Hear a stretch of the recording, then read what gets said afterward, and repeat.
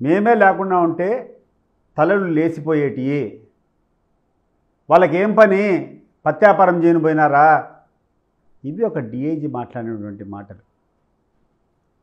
సభ్య సమాజం సిగ్గుతో తల దించుకుంటుంది. డిఐజీ గారు, మీరు మాట్లాడినటువంటి మాటలు, మీరు వ్యవహరించినటువంటి తీరు చూస్తే ఈ నాగరిక ప్రపంచమంతా అసహ్యంతో తలదించుకునేటువంటి పరిస్థితులు ఉన్నాయి.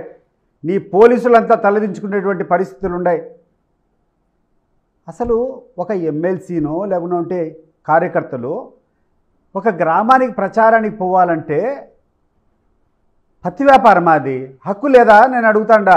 ఈ కోయా ప్రవీణ్ నేను అడుగుతున్నా. మా పార్టీ కార్యకర్తలు కానీ మా పార్టీ నాయకులకు కానీ ఇంకొక గ్రామానికి పోయి మేము ప్రచారం చేసుకునేదానికి మాకు హక్కు లేదేమయ్యా?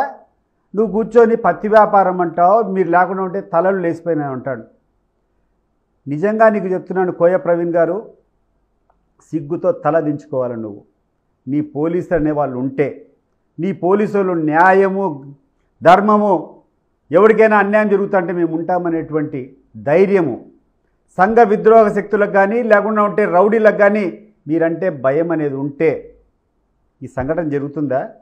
కూతవేట్లో నువ్వు 10 నిమిషాల్లో మేము చేరుకున్నామని చెప్తున్నావే, నువ్వు 15 నిమిషాల్లో నువ్వు పక్కనే ఉండగానే ఈ రకంగా వాళ్ళు దండగులు వచ్చి దాడి చేస్తానంటే ఇది మీ అసమర్థత కాదా అని చెప్పి నేను అడుగుతున్నా. నీ అసమర్థతను నువ్వు సమర్థతగా చూపించుకుంటావు ప్రపంచానికి. అది అయిపోయిన తర్వాత నిన్న ఉదయం 4:30 నుంచి అంటే ఆ ముందు రోజు అర్ధరాత్రి నుంచి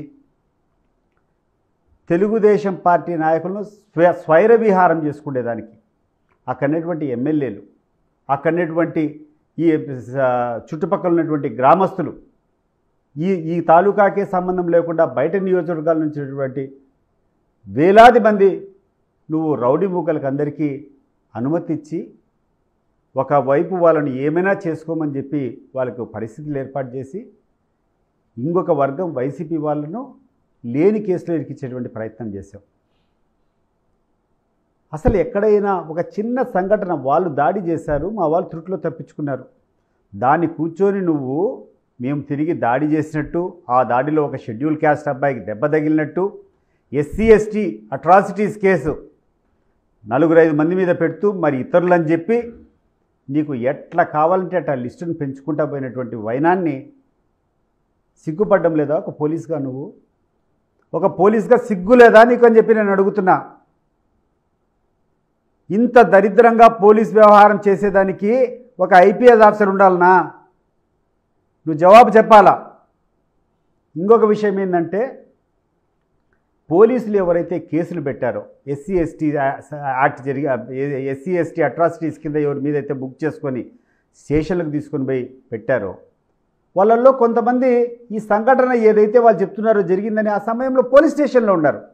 ఈ పోలీసులే కూర్చొని మీరందరూ బైండ్ ఓవర్ కావాలంటే వాళ్ళ బైండ్ ఓవర్ కోసము పోలీస్ స్టేషన్లో పులివెందుల పోలీస్ స్టేషన్లో ఉండేటువంటి వాళ్ళ మీద పోలీసులే కూర్చొని ఎక్కడో సంఘటన జరిగిందని బిల్డప్ ఇచ్చేటువంటి కేసు నిజంగా ఏమని చెప్పాలి? తాడేపల్లిలో పీవీఆర్ ఐకాన్ కాంప్లెక్స్ 3వ ఫ్లోర్లో పెట్టుకుని ప్రభుత్వ జీతంతో అందరూ దానిలో నియమించుకుని ఇలాగ బూతులు తిడుతూ అంటే ఏంటంటే ప్రతిపక్ష పార్టీ యొక్క మనోధైర్యాన్ని రోడ్డు మీదకి వచ్చే బయటకు వద్దామన్న మనోధైర్యాన్ని చంపటమే కదా.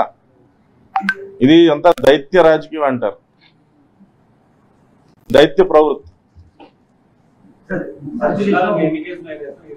8 జిల్లాలో ఒక 10 కేసులు ఉన్నాయి, మొత్తం రాష్ట్రంలో 30 నుంచి 40 కేసులు ఉన్నాయి. ఏమండి ఏ విషయంలో అండి? మా స్టాఫ్ మీద ఎందుకు తీసుకుంటాం? అది సిఐ గారిది అంటే ఆ రోజు అతను బాధ్యతాయుతంగా వ్యవహరించలేదు కాబట్టి చేయవలసి వచ్చిందండి. ఇతన్ని ఖచ్చితంగా ఇతనికి అన్నమయ్య ఇప్పుడు వాళ్ళ దగ్గర మేము 41A నోటీస్ ఇచ్చి వదిలేశారు. అన్నమయ్య వాళ్ళు వస్తున్నారు, వాళ్ళకి హ్యాండ్ ఓవర్ చేయమంటే హ్యాండ్ ఓవర్ చేసే ప్రక్రియ ఏదైతే ఉందో సక్రమంగా నిర్వర్తించలేదు.